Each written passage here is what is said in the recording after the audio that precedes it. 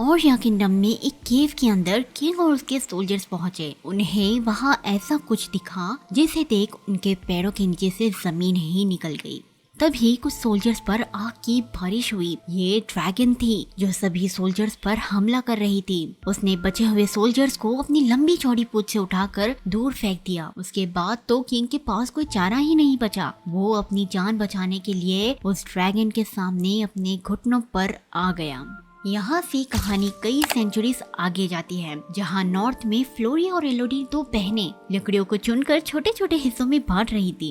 ये दोनों वहाँ के लोकल लॉर्ड की बेटियां हैं। उनके हाथ जो भी आ रहा था वो उसे टुकड़े कर दे रही थी ताकि आग जलाकर अपने लोगों की मदद कर सके। बहुत ज्यादा ठंड पड़ने की वजह से लोग भूख और बीमारियों से जूझ रहे थे। इससे हर दिन कोई न कोई वो टाउन छोड़कर जा रहा था। ऐसा ही चलता रहा तो उनका टाउन बहुत जल्द वीराना हो जाएगा। एलोडी और फ्लोरिया ने देखा कि उनके टाउन की तरफ एक कैरेज आ रहा है। ये उनके लिए बहुत नई बात थी क्योंकि सालों से उनके टाउन में बाहर से कोई नहीं आया। वो भागते हुए अपने घर पहुँचे, जहाँ उनके फादर लॉर्ड बेफर्ड और स्टेप मदर लेडी बेफर्ड एक नन से बात कर रहे थे। वो नन जाने से पहले लॉर्ड बेफर्ड को एक लेटर दे देती है। उसके जाने के बाद लॉर्ड बेफर्ड ने बताया कि एलोडी के लिए रिश्ता आया है और यह के प्रिंस का।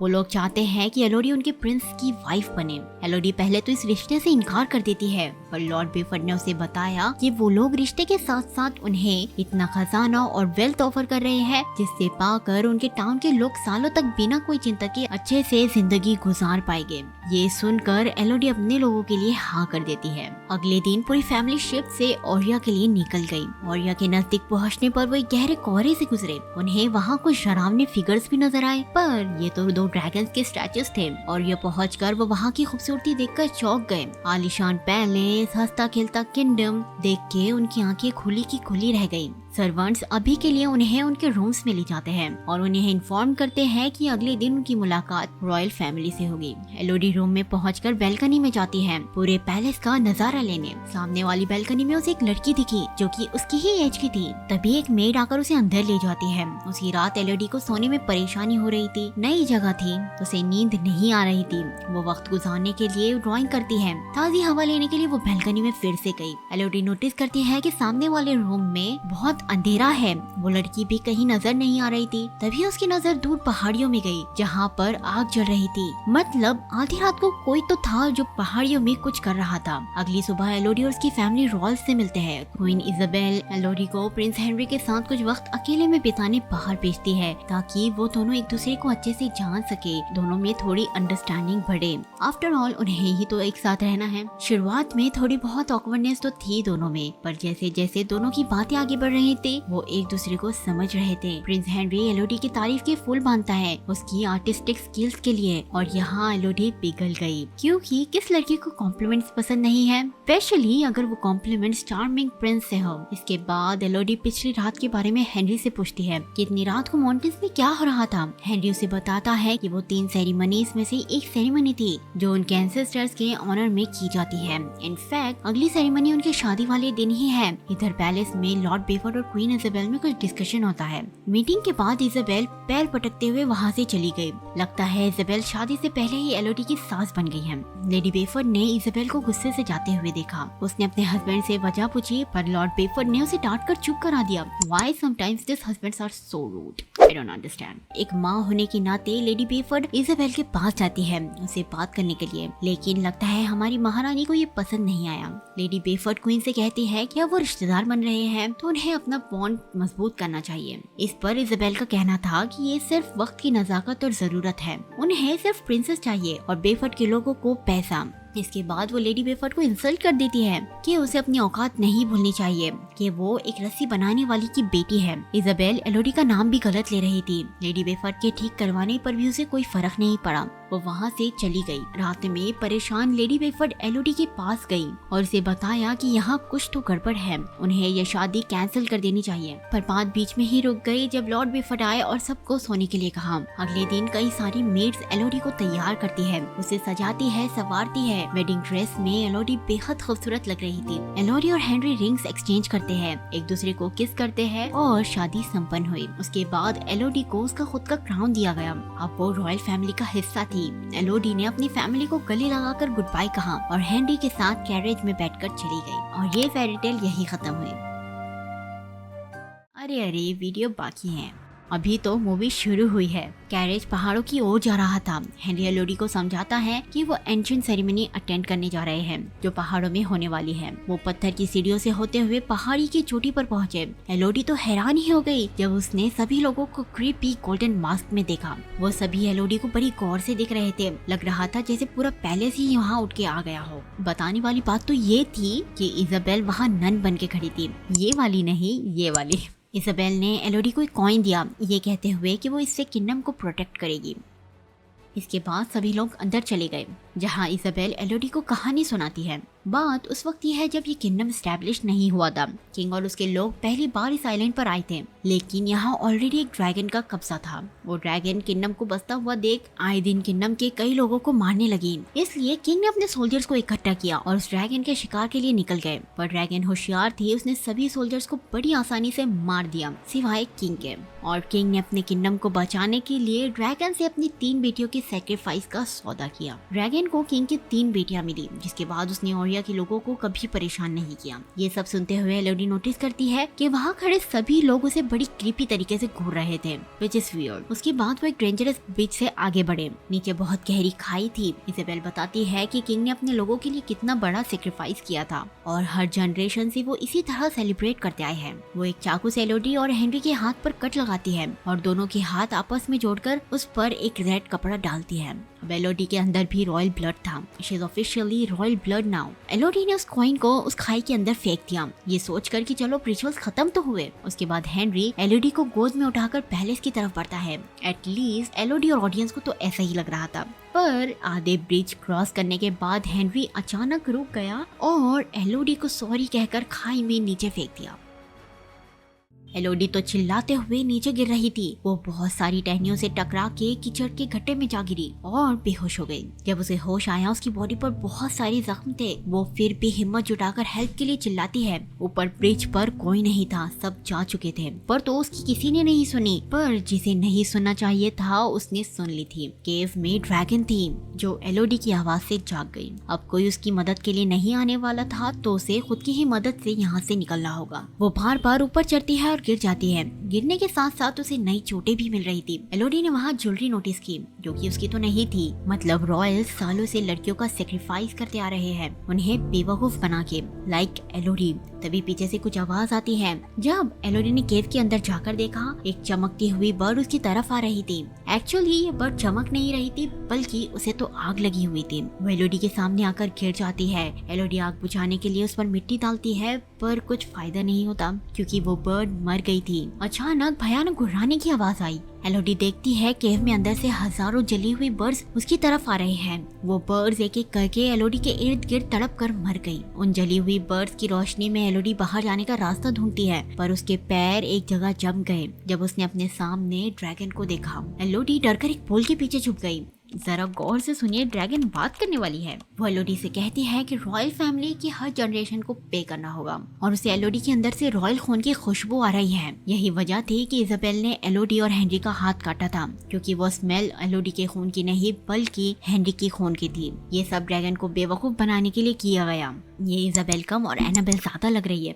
खैर, ड्रैगन एलोडी से भागने के लिए कहती है और एलोडी अपनी जान बचाने के लिए बेतहाशा भागती है। एलोडी एक टनल में जा पहुंची। पीछे से ड्रैगन आग उगल रही थी। वो आग टनल के अंदर तक आ रही थी, पर लकीली एलोडी को टनल में एक सेफ स्पॉट मिल गया। अचानक उसकी नजर सामने जली हुई बॉडी पर पड़ी। एलोडी को समझने में जरा भी देरी नहीं लगी कि ये बॉडी उस लड़की की है जो उसने उस रात बैल्कनी में देखी थी। ये देखकर एलोडी बहुत डर गई। इजाबेल और हेनरी कितने गिरे हुए थे, वो लड़कियों की बलि दिए जा रहे थे। ड्रैगन फिर से एलोडी के पीछे थी। वो दोबारा आग उगलती है। आग को नजदीक आता देख एलोडी टनल में एक छोटे से गड्ढे में पीछे सरकने लगी, पर तभी उसका ड्रेस फंस गया। आग की लहरें नजदीक आ रही थी। एलोडी ने जैसे तैसे ड्रेस को फाड़ा और खुद की जान बचाई। ड्रैगन एलोडी को किसी भी हाल में मारना चाहती थी। उसके सर पर खून सवार था, लेकिन टनल काफी छोटा था और ड्रैगन इतनी बड़ी कि वो अंदर तो आने से रही, तो एलोडी अंदर सेफ थी। पर कितनी देर? एलोडी की जान तो बच गई थी, लेकिन उसका पैर जल गया था। उसके पैर पर बहुत बड़ा जख्म आ गया। एलोडी दर्द के मारे चिल्ला रही थी। ड्रैगन उसकी आवाज सुन सकती थी। कुछ देर बाद वो वहाँ से चली गई। एलोडी को याद आया कि उसके पास तो एक चाकू है। वो चाकू से अपने कपड़े फाड़ती है और अपने जख्म पर पट्टी बांधती है। उसे बहुत दर्द हो रहा था। उसके पास एक परफ्यूम डिफ्यूजर भी था। उसका यूज करके वो एक लैंटर्न बनाती है। आई वंडर कि ऐसी सिचुएशंस में लीड्स के पास हर चीज कैसे आ जाती है। It's miracle. अब वो जिंदगी भर ड्रैगन से बचकर तो यहाँ नहीं रह सकती थी, इसीलिए वो टनल में बाहर का रास्ता ढूंढती है। उसे बहुत छोटा सा नैरो पैसेज मिला। उस पैसेज से वो अंदर रेंगते हुए बढ़ने लगी, पर जोर लगाने की वजह से वो नीचे की तरफ फिसलती जा रही थी। एलोडी फिसल कर नीचे गिर पड़ी और बेहोश हो गई।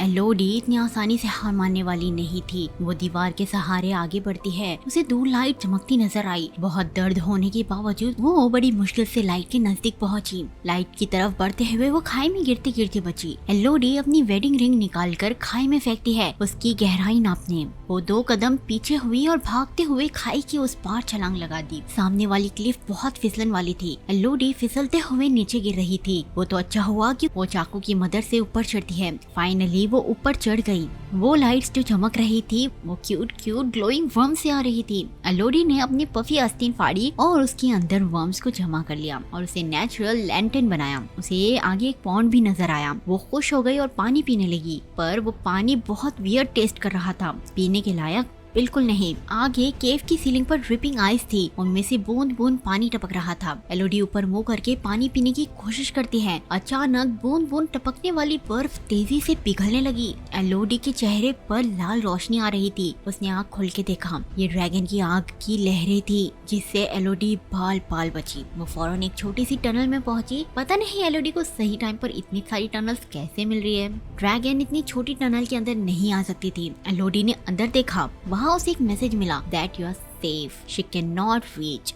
ये किसी वी नाम की लड़की ने लिखा होगा। जब एलोडी ने आसपास देखा वो बहुत शॉक हो गई, क्योंकि वहाँ बहुत सारी लड़कियों की ड्रेसेस थी और दूसरी दीवार पर कई सारे नाम। वी भी था जो विक्टोरिया नाम की लड़की का था। एलोडी ये देखकर उन लड़कियों के लिए बहुत दुखी होती है। एलोडी बहुत थक चुकी थी। वो वही लैंटर्न को गले लगाकर लेट गई।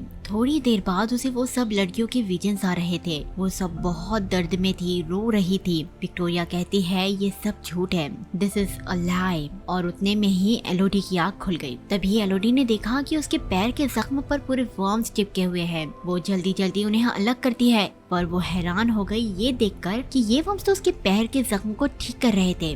उनके अंदर वो एक स्टिंग की चीज निकल रही थी, जिससे उसके जख्म ठीक हो रहे थे। वो वर्म्स को अपने दूसरे जख्मों पर भी रखती है और उन्हें गलत समझने के लिए उनसे माफी मांगती है। थोड़ा ठीक लगने पर उसने पूरे टनल की अच्छे से तलाशी ली और वहाँ उसे एक मैप मिला।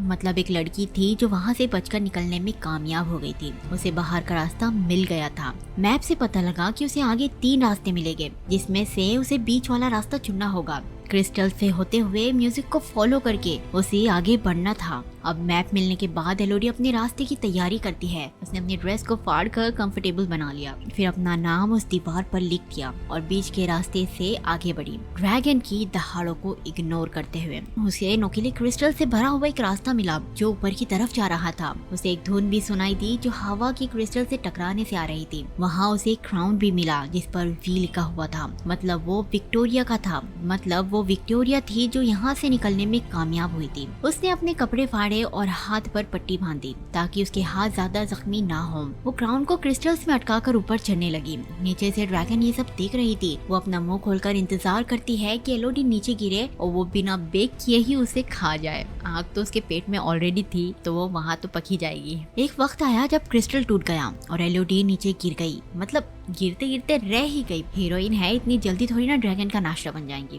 खैर, उसने क्राउन की मदद से खुद को संभाला और ऊपर चढ़ी। क्रिस्टल बहुत नोकीले थे, उसे बहुत चोटें आई, पर फिर भी उसने हार नहीं मानी और ऊपर चढ़ ही गई। पर किस लिए? क्योंकि वो तो बहुत ऊंची पहाड़ी पर बना गड्ढा था जहाँ एलोडी पहुंची। बहुत परेशान एलोडी टूटकर नीचे बैठ गई और रोने लगी। तभी उसे घोड़ों के पैरों की आवाज आई। बहुत दूर कुछ लोग घोड़े पर सवार जा रहे थे। एलोडी उन्हें बहुत चिल्लाती है, पर कोई फायदा नहीं क्योंकि आवाज वहाँ तक नहीं पहुँच रही थी। तभी ड्रैगन भी बाहर से उड़ती आई और उस पर हमला करने लगी। एलोडी डरकर पीछे हट गई। तभी दीवार पर उसे एक और मैसेज दिखा, you are not safe here वी, और साथ ही एक डेड बॉडी भी। इसका मतलब ये था कि विक्टोरिया वहाँ पड़ी पड़ी ही मर गई, वो बाहर नहीं जा पाई। ड्रैगन अब तैयार थी एलोडी पर अपनी आग बरसाने के लिए। वो ऐसा करने ही वाली थी कि तभी उसे किसी की आवाज आई जो एलोडी को पुकार रहा था। ये लॉर्ड बेफर्ड थे जो अपने 2 सोल्जर्स को लेकर आए थे एलोडी की तलाश में। वो रस्सी की मदद से नीचे उतरे और एलोडी को ढूंढने लगे। उनकी आवाज का पीछा करते हुए एलोडी भी वापस आ रही थी। तभी उसे एक बहुत बड़ी शॉकिंग चीज दिखी और साथ ही विक्टोरिया की कही बात याद आई। ये सब झूठ है। दरअसल वहाँ 3 ड्रैगन के बच्चों की बॉडीज पड़ी हुई थी, तो इजाबेल की बताई हुई कहानी भी झूठी थी। ड्रैगन हमेशा से ऐसी नहीं थी, बल्कि वो किंग था जिसने ड्रैगन पर हमला किया और उसके बच्चों को मार दिया, जिस पर ड्रैगन ने बदला लेने के लिए उन पर हमला किया। जैसे कि हमने मूवी के स्टार्टिंग में देखा, उसने सोल्जर्स को मार दिया, लेकिन जब किंग की बारी आई उसने किंग से कहा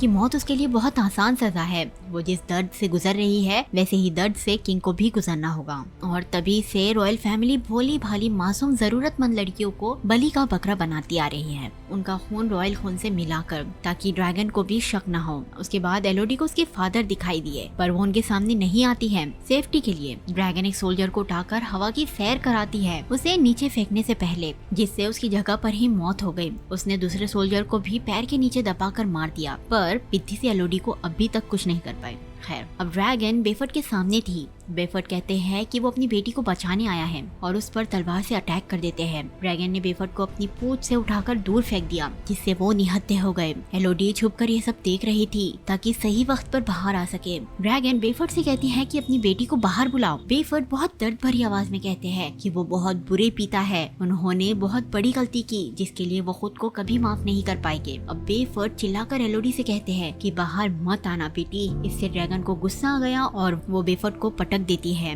और उनके हाथ में नाखून घुसा देती है। एलोडी खुद को रोक नहीं पाई और रो दी, लेकिन बाहर नहीं आई। खैर, ड्रैगन आवाज सुनकर उसे ढूंढने लगी। लकीली एक तीसरा सोल्जर भी था जो उसी वक्त आवाज कर देता है। Movie plot, everything in this movie चाहता है कि एलोडी बच जाए। एनीवेज, ड्रैगन उसके पीछे चली जाती है एलोडी समझकर। ड्रैगन के जाने के बाद एलोडी अपने पिता के पास आई और उन्हें लास्ट गुड बाय कहा। फिर उनकी छोड़ी हुई रस्सी पकड़कर ऊपर चढ़ने लगी। इधर ड्रैगन को सोल्जर मिल गया था, वो उसे क्रश करके मार देती है। उसके बाद वो फिर से एलोडी के पीछे निकल गई। इधर एलोडी जल्दी जल्दी ऊपर चढ़ गई। टाइम रहते वो वहाँ से निकल गई और ड्रैगन की आग से बची। लेकिन ड्रैगन उसे इतनी जल्दी कहाँ छोड़ने वाली थी। वो एलोडी का पीछा करती है। एलोडी ने अपने फादर का हॉर्स ले लिया और वहाँ से भागने लगी। वो भागते हुए हॉर्स से कूद गई और पत्थरों में छुप गई। तो ड्रैगन को लगा कि एलोडी अभी भी हॉर्स पर ही है, जिससे वो ट्रिक हो गई और अपनी आग हॉर्स पर बरसा दी। बेचारा हॉर्स बिना वजह ही मारा गया।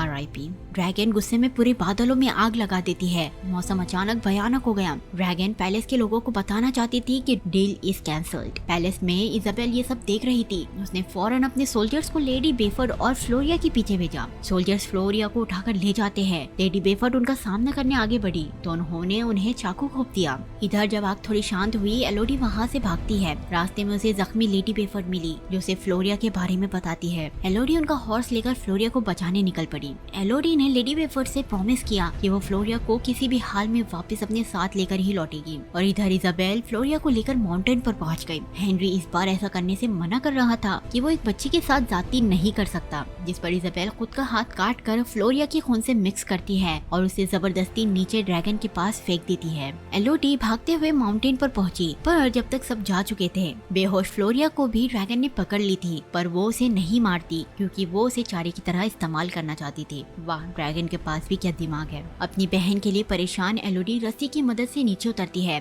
पिछला एक्सपीरियंस होने की वजह से वो उसी रास्ते से जल्दी जल्दी आगे बढ़ रही थी। मैप को डबल चेक करने के बाद वो ड्रैगन लेयर यानी ड्रैगन के ठिकाने तक पहुंच गई। उसने अपने फादर की तलवार उठा ली और कुछ हथियारों की मदद से ट्रैप सेट किया। इस ट्रैप में उसने सोल्जर के आर्मर को सेट किया और रस्सी से सहारा दिया। नीचे उसने आग लगा दी जिससे रस्सी जलने लगी और जैसे ही रस्सी जल गई वो आर्मर नीचे गिर गया। ये काम कर गया क्योंकि ड्रैगन को उसकी आवाज आई और वो आवाज सुनकर अपना ठिकाना छोड़कर बाहर आती है। इतने में एलोडी को मौका मिल गया। वो ड्रैगन लेयर में जाकर बेहोश फ्लोरिया को जगाती है। वो उसे लेकर बाहर जाने लगी, लेकिन तभी ड्रैगन को पता चल गया कि ये तो ट्रैप था। अब वो एलोडी के सामने थी। फ्लोरिया कहीं छुप गई थी ताकि एलोडी ड्रैगन का सामना कर सके बिना डिस्ट्रैक्शन के।